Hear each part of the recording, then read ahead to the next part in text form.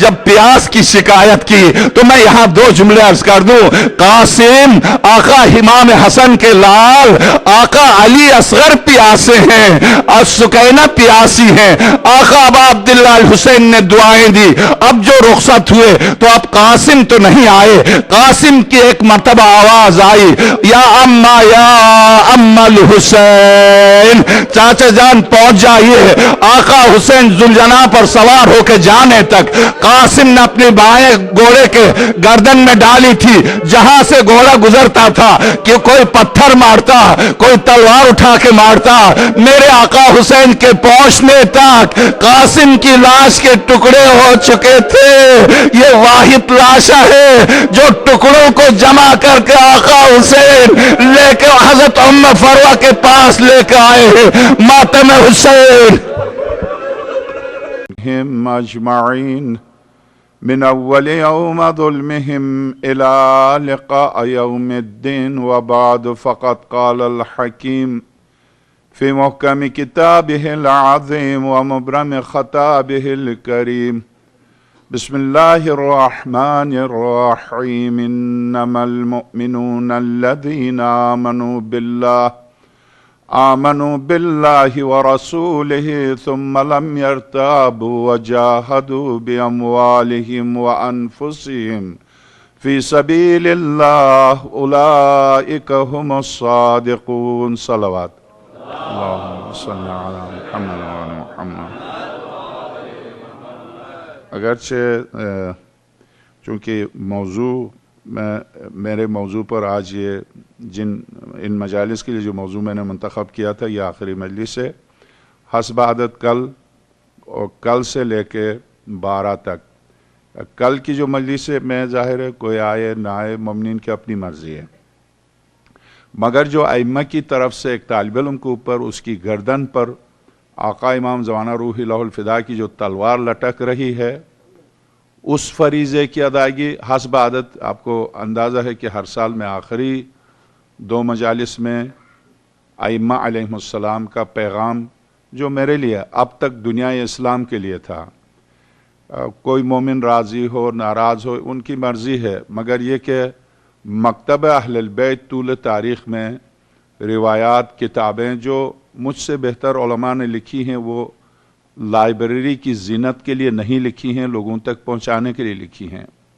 کتاب جو لکھی جاتی ہے وہ صرف لائبریری کی حد تک نہیں لکھی جاتی, لوگوں تک پہنچانے کے لیے تاکہ لوگ پڑھیں اسے. اب لوگوں کے پاس وقت نہیں ہے تو ایک منبر پر آنے والا وہ زمانے کے تقاضے کو دیکھ کے اس امانت کو لوگوں تک پہنچائے. اس فریضے کے تحت آج تک جو میری مجالس تھی, آج اس سلسلے کی آخری مجلس ہے, مگر چونکہ اب مومن جو پہلی دفعہ کسی کا پرچہ آیا میرے پاس اور ابھی آیا ہے تو میں ان کی خدمت میں عرض کروں کہ اس پرچے میں 2 سوالات کا تعلق مجھ سے ہے, ایک سوال کا تعلق منتظمین سے ہے, خاص طور سے زیدی صاحب سے ہے, مجھ سے نہیں ہے. پہلا سوال ہے کہ مولانا برائے مہربانی بتا دیں کہ مولا علی کو ضرب کوفے میں لگی لیکن آپ نجف اشرف میں ہیں, آپ کوفے کو چھوڑ کر نجف اشرف کیوں ہیں؟ یہ تو خیر ظاہر ہے میں ابھی انشاءاللہ جواب دوں گا. دوسرا سوال ہے جو مجھ سے متعلق, یعنی اس کا جواب مجھے دینا, حضرت عائشہ سے کم از کم 20 احادیث ایسی ہیں جو اہل بیت کی شان میں ہیں اور ہم ان کو اپنی ہر مجلس کی زینت بناتے ہیں, پھر ہم ان کے بارے میں ایسا کیوں کہتے ہیں؟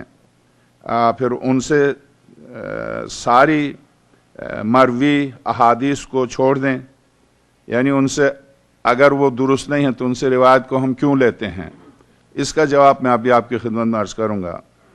ایک اور سوال ہے کہ اگر اس منبر سے کسی اور مجلس کا اعلان کیوں نہیں ہوتا؟ اس سوال کا یہ مجھ سے, میں پڑھنے کے لیے آتا ہوں, اعلانات کے لیے نہیں آتا ہوں. اعلان کا تعلق مجھ سے نہیں ہے, وہ آپ منتظمین سے کر سکتے ہیں. ہاں میں آپ کی طرف سے منتظمین سے اور اپنی طرف سے یہ کہہ سکتا ہوں مجلس جہاں بھی ہو, میں نے اس دفعہ پوری کوشش کی ہے کہ آپ اس مجلس کے بعد دوسری مجلس ضرور پہنچ جائیں. یہ واحد مجلس ہوتی ہے جہاں کسی معصوم کا وجود ہے. آپ جائیں ان کی بارگاہ میں, ہر جگہ جا کے ہر امام بارگاہ کو آباد رکھیں, پتہ نہیں کہاں شہزادی آپ کو دیکھے اور آپ کی فریاد قبول ہو. آپ ہر جگہ جائیں.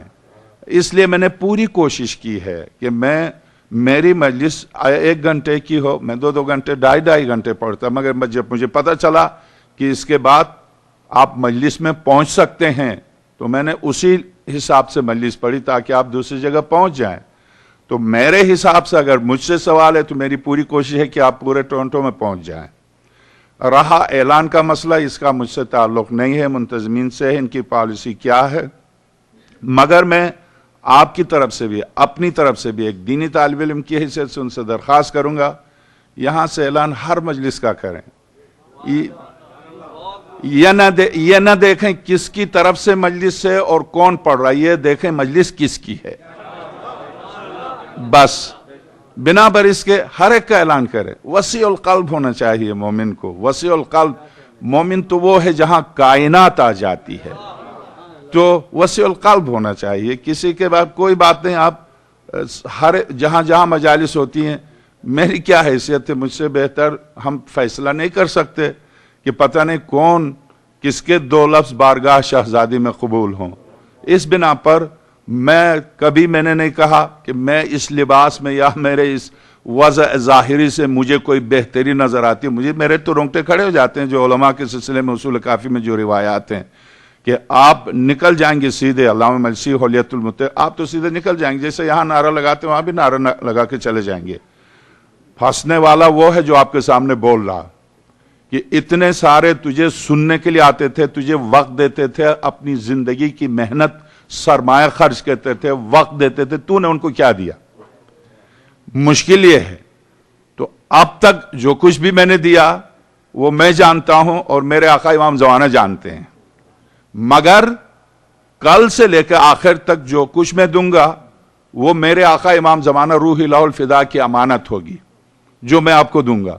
ظاہر ہے کہ اس وقت ہم کوشش کر رہے ہیں کہ شاید کوئی اور بن جائے، مگر کل سے ہم یہ کوشش کریں کہ ہم حبیب بنیں پھر اور کو بلائیں، ہم میسم بنیں پھر اور کو بلائیں، ہم مسلم او سجب بنیں پھر اور کو دعوت دیں. اب تک کی مجالس میں نے اور کو دعوت دی ہے. درست کتنے ایسے ہیں میرے سامنے ہیں جو میری وجہ سے نہیں، یعنی میرے سامنے ہیں، پتہ نہیں کن کن خطبہ کو سنا اور واقعاً در آقا حسین پر ہور بن کے آئے ہیں. یہیں پر کتنے ہور موجود ہیں جو آپ نہیں جانتے، جب بعد میں مجھ سے ملتے ہیں اور پہلے بھی مجھ سے ملتے ہیں. کتنے اس عزاداری نے، حقیقت یہ کہ ہندوستان میں تبلیغ کے لیے جب علماء پہنچے تھے تو شہید ثالث سے پہلے علم عرفان کی صورت میں پہنچے تھے، عرفاء پہنچے تھے، جیسے خواجہ اجمیری ہے، جیسے داتا گنج بخش ہے، جیسے سندھ میں قلندر شہباز ہے، شاہ عبداللطیف بٹائی لاہور میں داتا گنج. یہ حضرات عرفان کی صورت میں اسلام کو لے کے ہندوستان پہنچے تھے، کیونکہ اس وقت ہندوستان میں ہندوؤں میں علم عرفان اپنے عروج پر تھا. آج بھی ہے ان میں علم عرفان اپنے عروج پر. یہ علم نفسیات کا علم ہے. مثلا میں بیٹھا ہوا، آپ میرے سامنے آ جائیں، غلط فہمی کی شکار نہیں ہو جائے گا، وہ میرے پاس نہیں ہے، خامخواہ پھر لائن لگ جائے. تو میں عرض کروں کہ آپ سامنے گئے، صرف ایک آپ کے چہرے پر نظر ڈالی، آپ کا حال بھی استقبال کی بھی اس کے سامنے ہے. اس علم کا نام ہے علم عرفان. یہ علم عرفان اس وقت تک حاصل نہیں ہوتا جب تک اس علم کا حاصل کرنے والا اپنے نفس کو ختم نہ کر دے. نفس کو جب ختم کرتا ہے تو خدا بھی اس کے مقابلے میں اس کائنات کو اس کے سامنے مشاہدے کی صورت میں پیش کرتا ہے. یہ لے، دیکھ لے، حقائق کو درک کر لے. اس علم کا نام ہے علم عرفان. اس علم عرفان کو لے کے چلے تھے. ہندوستان میں عرفان اپنے عروج پر تھا، تو ان عرفاء نے عرفانی طور پر دین مقدس کی خدمت کی. بعد میں شہید ثالث رضوان اللہ تعالی علیہ، اس سید بزرگوار کے زمانے میں دیکھا کہ کتنے شیعہ ہوئے ہیں، علم عرفان سے کتنے متاثر ہوئے ہیں، کتنے لوگ مکتب اہل البیت میں آئے. بہت کم، محدود، بہت ہی، وہ بھی بہت ہی حاجت مند جو بہت پریشان ہو کے کسی کی طرف رجوع کرے. جیسے کتنے لوگ پوری قوم میں سے، سنی ہو یا شیعہ، کتنے لوگ کھڑے ہوتے ہیں بندرڑ پر طوطے کے سامنے. بہت مجبور ہے بیچارہ، پریشان ہے. اس نے دیکھا کوئی حل نہیں نکل رہا، چلو یہ طوطا لے کے بیٹھا، شاید یہاں کوئی حل نکل آئے. انسان وہ افراد جو مجبور تھے، اپنی مجبوری کی وجہ سے رجوع کیا، دیکھا کچھ حقائق، کچھ مشاہدات، تو مکتب کو قبول کیا. مگر اگر آپ عزاداری کے آزادی کے بعد سے لے کر آج تک دیکھیں تو جوق در جوق یدخلون فی دین اللہ افواجا. کب سے؟ جب ممبر پر عزائے سید الشہداء کو ممبر سے عام کیا. میں نے عرض کیا مولانا اسماعیل دیوبندی دیوبند کا فارغ التحصیل ایک عزادار نے اس کو شیعہ بنایا. عزاداری نے یہ ساری خدمت بر صغیر میں، یہ ساری خدمت عزاداری کی ہے، ساری خدمت عزاداری کی ہے. آپ اگر مولانا اسماعیل دیوبندی، پتہ نہیں آپ میں سے کتنوں نے انہوں کی تقریر سنی ہے، اگر آپ آج کے دور کے یہ افراد سنتے تو کہتے اس کو مار دو، یہ کیسی باتیں کرتا. ہم تو پھر بھی چونکہ ائمہ کی طرف سے بہت زیادہ پابندیاں ہیں، جس کی وجہ سے نقل قول کفر نہ باشد کے مطابق نقل قول کر رہے ہیں کہ یہ لکھا ہے، یہ لکھا، وہ بھی بہت احتیاط کے ساتھ. مگر میں آپ کی خدمت میں عرض کروں، اگر کھل کے گفتگو ہو تو پھر پانی کا پانی، دودھ کا دودھ ہو جائے. ہم نہیں کر سکتے، اخلاقیات اس کی اجازت نہیں دیتی ہے، بہت پابندیوں کے بعد. تو میں آپ کی خدمت میں عرض کروں کہ 2 سوالات جو آپ نے کیے ہیں، میں پہلے سوال، دوسرے سوال کا جواب ابھی دیے دیتا ہوں. حضرت ام المومنین سے کم از کم 20 احادیث ایسی ہیں جو اہل بیت کی شان میں ہیں، اور ہم ان کو اپنی ہر مجلس کی زینت بناتے ہیں. میں پھر آپ نہ کہیے گا کہ آپ نے ام المومنین، آپ سوال بھی کریں، بعد میں پھر آپ مجھ سے ناراض بھی نہیں ہو جائیے گا. آپ نے سوال کیا ہے تو جواب میں عرض کروں. علامہ مرسی رضوان اللہ تعالی علیہ نے آقا امام زمانہ روح لہ الفدا سے متعلق ایک پوری روایت نقل کی ہے. مولا کائنات ممبر پر امام زمانہ سے متعلق ایک گفتگو فرما رہے ہیں عمر ابن سعد لعنت اللہ علیہ سے. اس کے بعد نیچے علامہ مرسی لکھتے ہیں، میں اس دشمن خدا سے اس لیے یہ روایت نقل کر رہا ہوں کہ اس تک کو پتا تھا آقا امام زمانہ کا. نیچے علامہ مرسی نے لکھا اس تک کو پتا تھا امام زمانہ کا. تو اگر اہل البیت کے سلسلے میں کوئی روایت ہم کسی سے نقل کرتے ہیں تو سامنے والے کے لیے حجت کے طور پر پیش کرتے ہیں. سامنے والے اس لیے کہ کسی سے آپ گفتگو کرتے ہیں تو آپ اصول کافی تھوڑی پیش کریں گے، من لا یحظ الفقیہ تھوڑی پیش کریں گے، آپ حضرت ام سلمہ کو تھوڑی پیش کریں گے، یا حضرت خدیجہ سلام اللہ علیہا کو تھوڑی پیش کریں گے. ظاہر ہے کہ جنہوں نے شہزادی کونین کو تڑپا کر رلائے، اس کے باوجود شہزادی کی فضیلت بیان کرے تو اس کو پیش کریں گے. یہ 2 کردار کیوں ہیں؟ ایک طرف سے شہزادی کو تڑپا کے رلانا، دوسری طرف سے شہزادی کے سلسلے میں کہنا کہ زہرا پارے رسالت ہیں. یہ 2 تضادات کیوں ہیں؟ جب یہ روایات پیش کی جاتی ہیں تو اس کا ہدف روایت نقل کرنے والے کی عظمت نہیں ہے، بلکہ اپنے مکتب کی حقانیت کے لیے اس کو ثبوت کے طور پر پیش کرنا، یہ ہدف ہوتا ہے. اس لیے آپ یہ دیکھیں بہت سی ایسی روایات واقع کربلا سے متعلق شمر سے روایت نقل کی جاتی ہیں، چونکہ وہ چشمدید تھا، وہ سب سے بڑا ظالم و ستمگر تھا. اس نے کیا کیا؟ مختار جب اس سے پوچھ رہا تو نے کیا کیا، اب میں ممبر پر اگر اس کی گفتگو نقل کروں تو اس کے معنی کوئی شمر کی عظمت تھوڑی بیان کر رہا ہوں. وہ چشمدید واقعہ ہے جس کو اس نے بیان کیا، اس کو ممبر پر نقل کیا جا رہا. نقل قول کسی کی عظمت کی دلیل نہیں ہے. قرآن کریم میں ابلیس کی پوری گفتگو خدا نے نقل کی ہے. خدا نے یہ کہا، خدا کہتا میں نے یہ کہا، ابلیس نے کہا، میں نے یہ کہا، ابلیس نے کہا. آپ خدا سے پوچھیں ابلیس کے کیوں قول کو نقل کر رہا؟ قول ابلیس کا نقل کرنا قرآن کریم میں، وہ بھی خدا. کیا اس سے ابلیس کی بلندی ثابت ہو گئی؟ اگر خدا نہ کہہ دے ابلیس کون ہے تو مجھے کون بتائے گا؟ کون بتائے گا؟ تو میرے عزیز، میں احترام کرتا ہوں اس لیے کہ مجھے احترام کرنا بھی چاہیے. ہر مومن محترم ہے، بلکہ ہر انسان محترم ہے. آپ کے سوال کا میں مشکور ہوں. رہا میرے خیال میں آپ کے دوسرے سوال کا جواب، میرا خیال ہے کہ میں دے چکا کہ ام المومنین سے ہم روایت کیوں نقل کرتے ہیں؟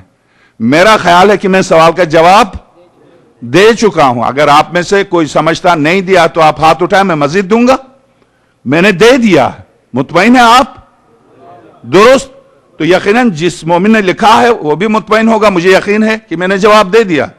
اس پہلے سوال کا جواب چونکہ میری پوری تقریر ہے، اس لیے پہلے سوال کا جواب اب آپ غور سے دیکھیے گا. مولانا برائے مہربانی بتا دیں کہ مولا علی کو ضرب کوفے میں لگی لیکن آپ نجف میں ہیں، آپ کوفے کو چھوڑ کر نجف اشرف کیوں ہیں؟ یہ آپ کا سوال ہے اور پوری تفصیل سے میں آپ کی خدمت میں اس کا جواب عرض کروں کہ یہی آپ سوچئے کہ شہزادی کی قبر مقدس بنے تو مولا کائنات 40 قبریں بنائیں تاکہ کسی کو قبر کا بھی علم نہ ہو.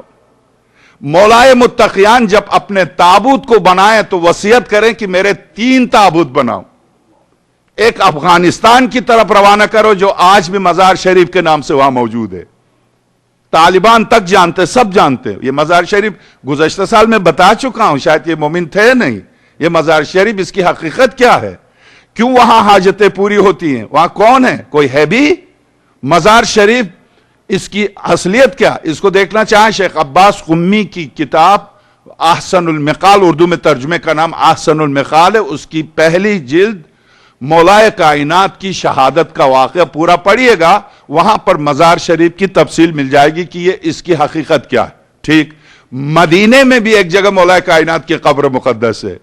مدینے میں کیوں ہے؟ 3 تابوت بنوائے حضرت نے. ایک افغانستان کی طرف روانہ کیا، دوسرا مدینے کی طرف، تیسرا نجف کی طرف.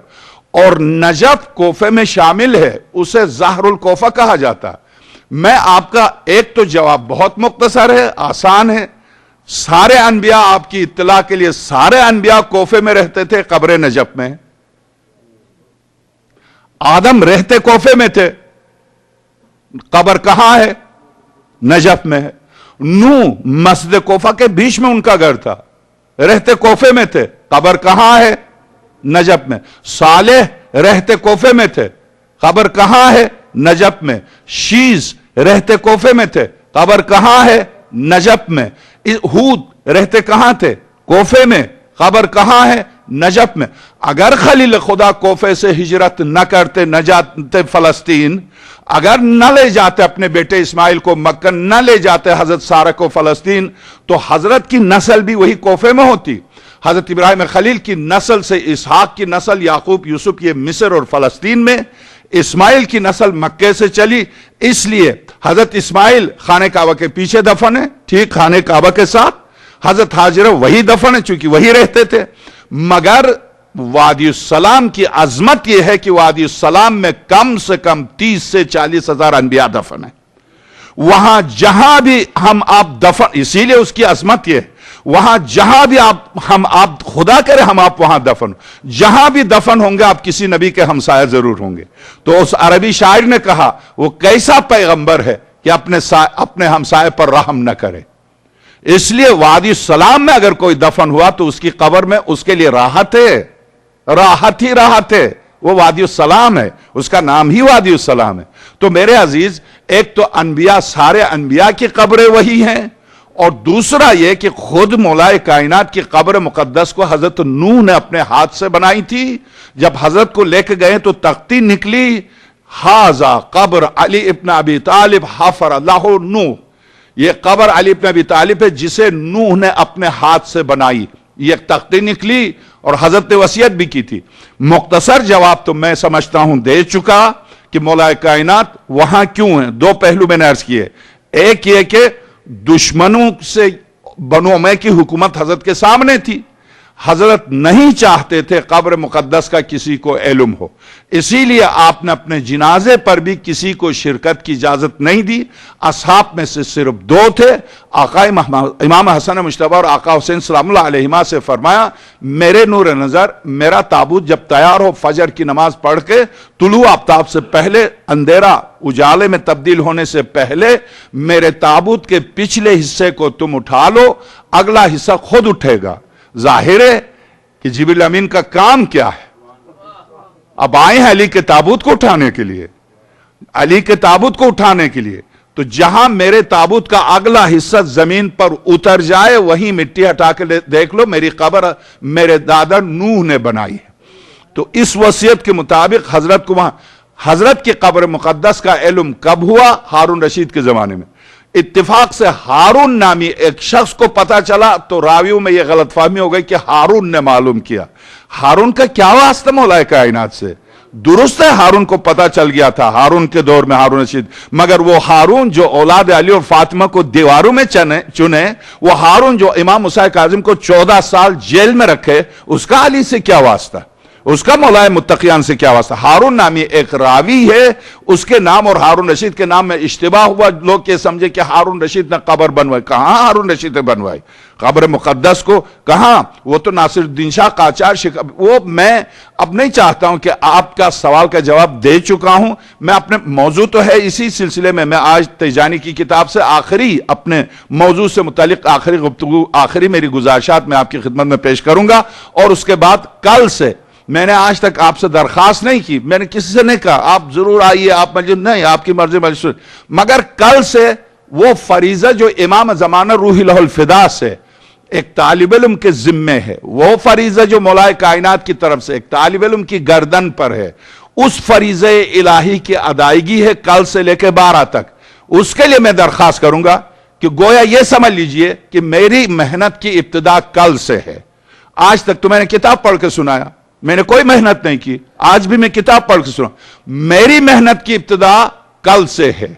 کل سے میں آپ کی خدمت میں گزارشات پیش کروں گا کہ ہم کس طرح سے آنے والے آقا کیا چاہتے ہیں ہم سے، ہمیں کیا ہونا چاہیے، ہم کس طرح کے مومن ہیں، ہم واقعاً ہیں بھی یا ہم زبانی طور پر ہیں۔ تو اس پر گفتگو، ظاہر ہے کہ اس سے آپ کو اندازہ ہے، اس پر گفتگو اور صحیح معنوں میں ایک فریضہ، ایک طالب علم کے فریضہ الہی کی ادائیگی کل سے ہے۔ اس کے لیے میں آپ سے درخواست کرتا ہوں کہ اگر آپ کو مجلس سننی ہے تو اب تک تو جو کچھ بھی میری گزارشات تھی وہ ایک عام پیغام تھا کہ واقع کربلا کیوں پیش آیا، اس کے اصل اسباب کیا تھے، کہاں سے اس کی ابتدا ہوئی۔ ظاہر ہے ان اسباب پر گفتگو کربلا کا حصہ ہے، آپ اس کو کربلا سے جدا نہیں کر سکتے۔ ایسے ہی اچانک مسلمان آگئے آقا حسین کو شہید کرنے، یا اس کا پورا ایک سبب ہے، تسلسل ہے؟ کیوں کہتا ہے 900 ہجری کا مفسر، بہت بڑا مفسر جلال الدین سیوطی کیوں کہتا ہے کہ یزید پر لعنت بیچنا جائز نہیں ہے؟ کیوں کہتا؟ اس کے ساتھ کہتا بے شک یزید اپنے اعمال اور اپنے کردار کی بنیاد پر قرآن کریم کی روح سے وہ لعنت کا مستحق ضرور ہے۔ اگر ہم جائز قرار دیتے ہیں تو اصل میں بات جائے گی وہاں جہاں سے یزیدیت چلی آ رہی ہے۔ تفسیر در منصور جلال الدین سیوطی جو یزید پر لعنت کو جائز نہیں سمجھتا۔ تو میرے عزیز سبحان اللہ، میں کربلا پر تو روؤں، مگر میرے امام الزمانہ اور مفاتی دیکھیے، زیارت ناحیہ قدسیہ، آقا امام پنجم کربلا میں کتنی عمر کے تھے؟ 4 سال کے۔ امام پنجم کربلا میں 4 سال کے تھے۔ شہزادی سکینہ کے تقریباً ہم عمر تھے، آقا امام محمد باقر سلام اللہ علیہ۔ مگر کیا بات ہے کہ جس 5 سال کے امام نے کربلا کے خونین سمندر سے گزرا ہو، 10 بستہ شام تک گیا ہو، آقا امام زین العابدین کے دامن کو تھام کے یہ پوچھے بابا مجھے خدا کب موقع دے گا کہ میں اپنی ماں زہرا کا بدلہ لوں؟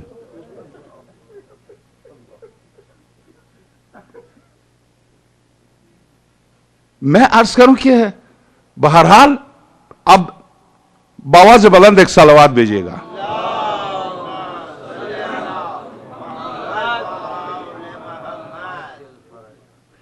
مولا کائنات کے سلسلے میں جیسا کہ ابھی اس مومن نے لطف کیا، اس نے سوال کیا، اچھا کیا اور اس کا حق بنتا تھا، میں نے بھی کوشش کی کہ اس کے سوال کا تسلی بخش جواب دوں۔ مجھے نہیں اندازہ ہے انہیں تسلی ہوئی نہیں ہوئی، مگر یہ کہ پہلے سوال کا جواب تو ابھی مزید آ رہا۔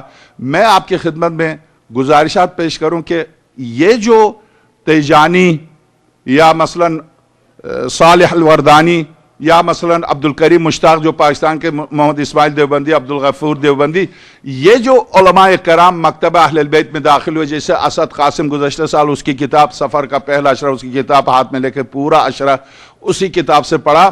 اصل میں مکتبہ اہل البیت کی عظمت کہ ایک انسان پی ایچ ڈی کر کے مکتب کو سمجھ رہا، اس کے بغیر سمجھنا مشکل ہے، چونکہ یہ حقائق اس قدر حکومتوں نے ان پر خاک ڈالنے کی کوشش کی ہے کہ خاک کو ہٹا کے نیچے سے حقیقت کا نکالنا، اس کے لیے واقعاً پی ایچ ڈی چاہیے. تو انہوں نے جو زحمت، جو مشقت، جو تکلیف اٹھا کے جس منزل تک پہنچے ہیں، ایک تو یہ کہ ان کا تعارف، دوسرا یہ کہ انہوں نے کتنی محنت کی، اور تیسرا اصل ہدف کسی شخصیت کا تعارف بھی مقصود نہیں ہے، انہوں نے کتنی خدمت کی. جب پلٹے ہیں تو تیجانی کا اکثر ذکر ہوتا ہے. تیجانی سے پہلے آپ تیونس کی تاریخ اٹھا کے دیکھیے، کوئی ہماری مسجد نہیں تھی، آج وہاں مسجد ہے. کوئی جلوس نہیں تھا، آج وہاں جلوس ہے. کوئی نمازی ہاتھ کھول کر نہیں تھا، آج وہاں ہاتھ کھول کے نماز ہو رہی ہے. تو ظاہر ہے کہ ان لوگوں نے جو پیام اہل البیت کو جس طرح سے کائنات تک پہنچایا، تو جس طرح سے انہوں نے تحقیق کی، آج میں اسی سلسلے میں ان کی تیجانی کی کتاب میرے ہاتھ میں ہے، میری تقریر کا تتمہ ہے. 9 تقاریر کا یہ 9ویں تقریر ہے، 9 تقاریر کا تتمہ ہے آج. اس کے بعد میں نے عرض کیا کہ فریضہ نجف کی ادائیگی ہے کل سے، تو اس لیے میں آج آپ کی خدمت میں پیش کر رہا ہوں ڈاکٹر تیجانی کے جملے. اور اس کے بعد آپ غور کیجئے، اصل میں ان روایات کا یہ بھی جو پیش کر رہے ہیں حوالے دے کے جو پیش کر رہے ہیں، اصل مقصد کیا ہے؟ اصل ہدف یہ ہے، جیسا کہ شروع میں عرض کیا، کہ ساری روایتوں کو نقل کرنے کے باوجود آپ کا نہ ماننا، تو اس کا مطلب سورہ مبارکہ جمعہ آپ سے خطاب کر رہا ہے، مثلہم کمثل الحمار یحمل اسفارا. آخر جمعہ کی یہ سورہ کس سے خطاب کر رہی ہے؟ سرور کائنات کی زندگی میں اتری ہے. ان کی مثال گدھے کی سی ہے، یحمل اسفارا، جس پر کتابیں لادی گئی ہوں. بئس مثل القوم الذین کذبوا بآیات اللہ. جملے پڑھ دیکھیے سورہ واقعہ جمعہ. بئس، بدتر ہیں کس چیز سے؟ گدھے سے. قرآن ہے، میں آپ یہ نہ کہیں مولوی کہہ رہا، خدا لعنت کرے اس مولوی پر جو قرآن کے حوالے سے جھوٹ بولے، مگر آیات الہی کی تلاوت سے تو آپ نہیں روک سکتے. قرآن کسی زمانے یا کسی شخص کے لیے محدود تو نہیں ہے. کیوں قرآن کہہ رہا بئس مثل قوم الذین کذبوا بآیات اللہ؟ اس قوم کی مثال گدھے سے بھی بدتر ہے جو آیات الہی کو دیکھ کے بھی جھٹلایا. آئیے، آیات الہی میں کائنات میں سب سے بڑی آیت کسے کہتے ہیں؟ آیت نشانی کو کہتے ہیں. آیت نشانی کو کہتے ہیں. آیات خدائی آیات، یعنی ہر وہ نشانی جو خدا کی طرف مجھے متوجہ کرے، اسے آیت کہتے ہیں. اس اعتبار سے سعدی نے، رومی نے، ان سب نے اشعار کہے ہیں کہ ہر ورق، ہر پتا آیت ہے. حیوانات آیت ہیں. ہر مخلوق اپنے خالق کی دلیل ہے. یہ ہر ایک آیت ہے.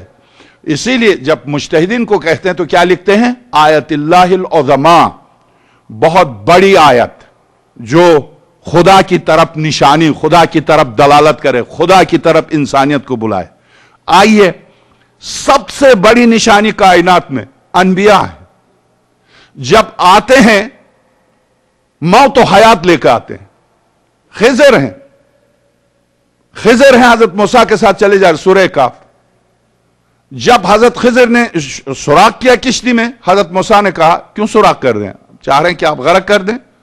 حضرت موسیٰ نے کہا، حضرت خضر نے کہا کہ آپ طے نہیں ہوا تھا کہ آپ خاموش رہیں گے، میں جو بھی کروں گا.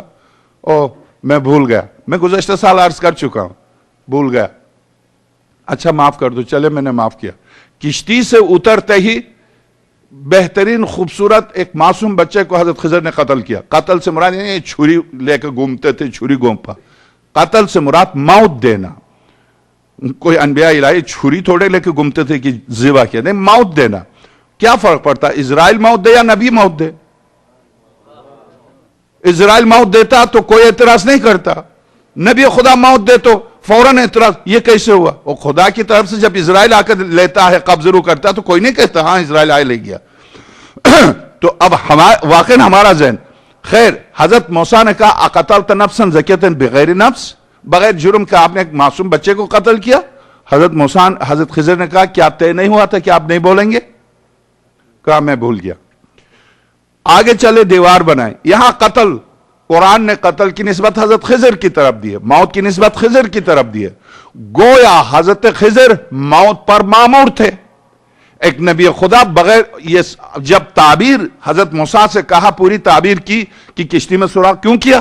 کہا چونکہ کشتی یتیم بچوں کی ہے، باپ ان کا مر گیا ہے، ایک بادشاہ ہے جو ظلم کے ذریعے جبر کے ذریعے کشتیوں پر قبضہ کر رہا، ان یتیم بچوں کی حفاظت کی خاطر میں نے سوراخ کیا، چونکہ جس کشتی میں عائب ہو وہ نہیں لے رہا، تو میں نے عائب کیا تاکہ اس عائب کی وجہ سے وہ قبضہ نہ کرے، اسی سے مزدوری کر کے اپنا زندگی دن بسر کرتے ہیں۔ خدا نے چاہا کہ ان یتیم بچوں کی کشتی کی حفاظت ہو تو میں نے خدا کے حکم پر کیا، میں نے اپنی مرضی سے نہیں کیا۔ بچے کو اس لیے کہ انتہائی فاسق و فاجر ہونے والا تھا، خدا نے چاہا کہ اس کے والدین کی عزت بھی باقی رہے، اور میں اس بچے سے بہتر ان کو ایک لڑکا بھی دوں گا، اس کو ہٹا دو تاکہ یہ والدین کی بدنامی کا سبب ہی نہ بنے۔ میں نہیں چاہتا ہوں کہ میرے نیک بندے خامخواہ بدنام ہو، تو اس لیے خدا نے مجھے حکم دیا اس کی روح کو قبض کرنے، میں نے قبض کر لیا۔ آگے دیوار، تو یہاں پتہ چلا کہ قبض روح پر حضرت خضر مامور تھے، درست؟ تو انبیاء الہی موت لے کر آتے ہیں، موت پر مامور ہوتے ہیں، اسی طرح سے حیات پر حضرت عیسیٰ، میں مردے کو زندہ کرتا ہوں، سورہ آل عمران، میں مردے کو زندہ کرتا ہوں باذن پروردگار، میں زندے کو مردہ کرتا ہوں باذن پروردگار۔ پتہ چلا کہ انبیاء الہی اس حیات مطلق کی نمائندگی جب لے کر آتے ہیں تو اتنا اختیار ان کو دیا جاتا ہے، بے شک اس ثبوت کے لیے کہ تو میرا نمائندہ ہے اور تو میرے صفات کی جھلک ہے، دکھا دے۔ آتے ہیں زمین پر، ذات لم یزل کے صفات کی جھلک دکھا دیتے ہیں، تو ذات لم یزل کی صفات کی جھلک جو دکھائے وہ سب سے بڑی آیت ہے روئے زمین پر خدا کی، درست؟ کوئی اس میں شک نہیں۔ اب آئیے، یہ تمہید تھی امیر المومنین مولا کائنات، بزم شورا میں حضرت علی کا احتجاج۔ اس موقع پر حضرت علی نے ارکان شورا کے سامنے اپنے حق کے اثبات کے لیے ایک طویل احتجاج فرمایا اور ان سے مخاطب ہو کر ارشاد فرمایا۔ حضرت فرماتے ہیں تمہیں میں خدا کی قسم دیتا ہوں، تمہیں خدا کی قسم دیتا ہوں، اور اس خدا کی قسم دیتا ہوں جو تمہارے سچ اور جھوٹ سے پوری طرح واقف ہے، اس کی قسم دیتا ہوں تمہارے اندر میرے علاوہ، نمبر ایک، تمہارے اندر میرے علاوہ کوئی ایسا ہے جس کے بھائی کو اللہ نے جنت میں 2 پر دیے؟ ارکان شورا نے کہا نہیں۔ کیا میرے علاوہ تم میں کوئی ایسا ہے جس کا چاچا سید الشہداء ہو؟ ارکان شورا نے کہا نہیں۔ کیا میرے علاوہ کسی کی زوجہ سیدۃ النساء العالمین ہے؟ سب نے کہا نہیں۔ غور کیجئے، مجھے ایک منزل تک پہنچنا ہے، معذرت کے ساتھ اس موضوع پر میری یہ آخری مجلس ہے، تھوڑی سی آج تک آپ نے زحمت گوارا کیا تو آج کی شب یہ زحمت گوارا کر لیجئے گا، اس کے بعد میرا موضوع ہی مختلف ہے 12 تک۔ کیا میرے علاوہ کسی کی زوجہ سیدۃ النساء العالمین ہے؟ کہا نہیں۔ کیا میرے علاوہ کسی کے بیٹوں کو رسول خدا کا بیٹا اللہ نے قرار دیا ہے؟ کہا نہیں۔ حضرت نے فرمایا کیا تم میں سے کسی کے بیٹے جوانان جنت کے سردار ہیں؟ کہا نہیں۔ کیا تم میں مجھ سے زیادہ کوئی قرآن کے ناسخ و منسوخ کا عالم ہے؟ کہا نہیں۔ کیا تم میں سے کسی کے لیے آیت تطہیر نازل ہوئی؟ ارکان نے کہا نہیں۔ کیا میرے علاوہ کبھی تم نے بھی جبریل امین کو اپنی اصلی صورت میں دیکھا؟ بیچارے اسرائیل کو دیکھتے تھے، کہاں دیکھا؟ ارکان شورا نے کہا نہیں۔ کیا میرے علاوہ کسی کے لیے من کنت مولا ہوں فہذا علی مولا کا اعلان تم میں سے بھی کسی کے لیے کیا؟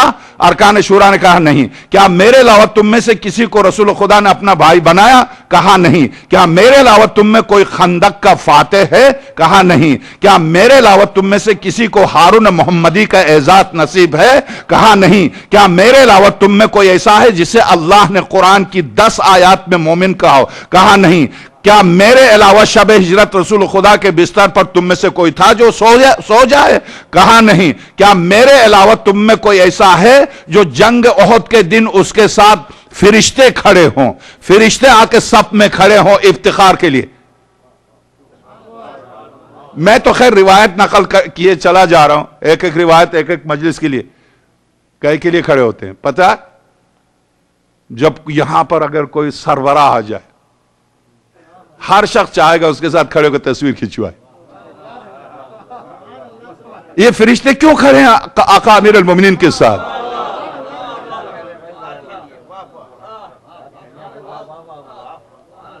ایک عام انسان ذرا سی اس کی، میں شاید کچھ مومنین چاہتے ہیں کہ میں جلدی مر جاؤں، اور کچھ مومنین ہیں جو چاہتے ہیں کہ میں عمر نو پاؤں۔ ہر ایک کے لیے دو رائے ہیں، ایک نہیں چاہتا، ایک چاہتا، درست ہے۔ انسانیت میں طریقہ یہی ہے، کوئی مشکل نہیں ہے، وہ مسئلہ نہیں ہے۔ دنیا اسی طرح سے، کہاں ساری دنیا کسی کی محبت میں رہی ہے اور کہاں ساری دنیا کسی کی دشمنی میں رہی ہے۔ ایک چاہنے والا 10 نہیں چاہنے والے، 100 چاہنے والے ہیں 10 نہیں چاہنے والے۔ کائنات کا نظام اس طرح سے درست، مگر ذرا سی شاید ادھر ادھر اشتہار بڑھتے ہیں۔ سید الشہداء کے صدقے، ورنہ میری حیثیت کیا، ذرا سا دیکھا مولوی مشہور ہے، آ جاؤ اس کے ساتھ کھڑے ہو کے تصویر بنا لو، جبکہ میرے ساتھ تصویر بنانے میں نہ دنیا نہ آخرت۔ کیوں ملائکہ الہی کھڑے ہیں تصویر بنانے کے لیے؟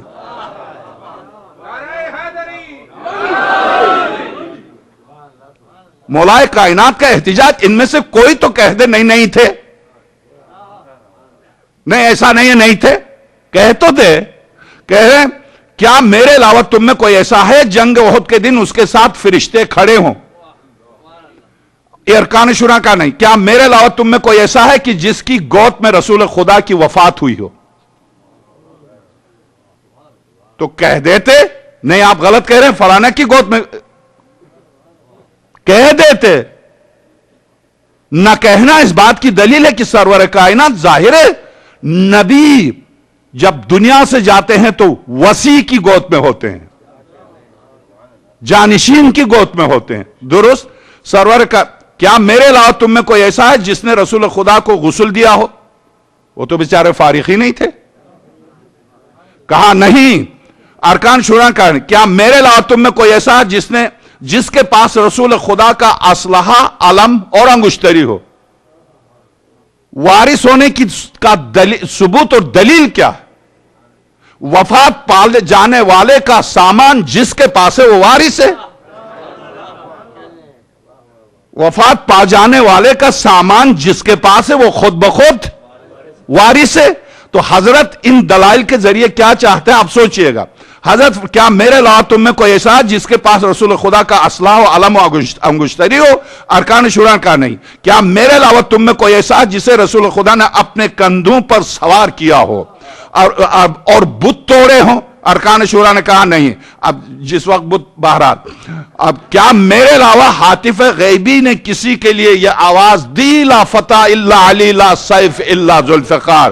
کہا نہیں۔ کیا میرے علاوہ تم میں کوئی ایسا ہے جس نے حضور کے ساتھ بنے ہوئے پرندے کا گوشت، یہ پرسوں ہی میں نے سنایا تھا آپ کو۔ ارکان شورا نے کہا نہیں۔ کیا میرے علاوہ کسی اور کے لیے رسول خدا نے کہا تھا کہ تو دنیا و آخرت میں میرا علمدار ہے، تو دنیا و آخرت میں میرا علم، لوائے حمد قیامت کے دن جس کی لوائے حمد جس کے نیچے 1,24,000 انبیاء ہوں گے، یہ کون علمدار ہے؟ نہ یہ کہ بدر و حنین میں مولا امیر المومنین علمدار تھے، مالک یوم الدین کے دن کے علمدار ہیں۔ مالک یوم الدین کے دن کے علمدار ہے، جہاں لوائے حمد پھیلایا جائے گا۔ وہ لوائے حمد کس کے ہاتھ میں ہوگا؟ جس کے نیچے آدم سے خاتم الانبیاء تک سارے انبیاء ہوں گے۔ تو حضرت نے فرمایا کیا میرے علاوہ تم میں کسی نے آئے نجوا پر عمل کیا؟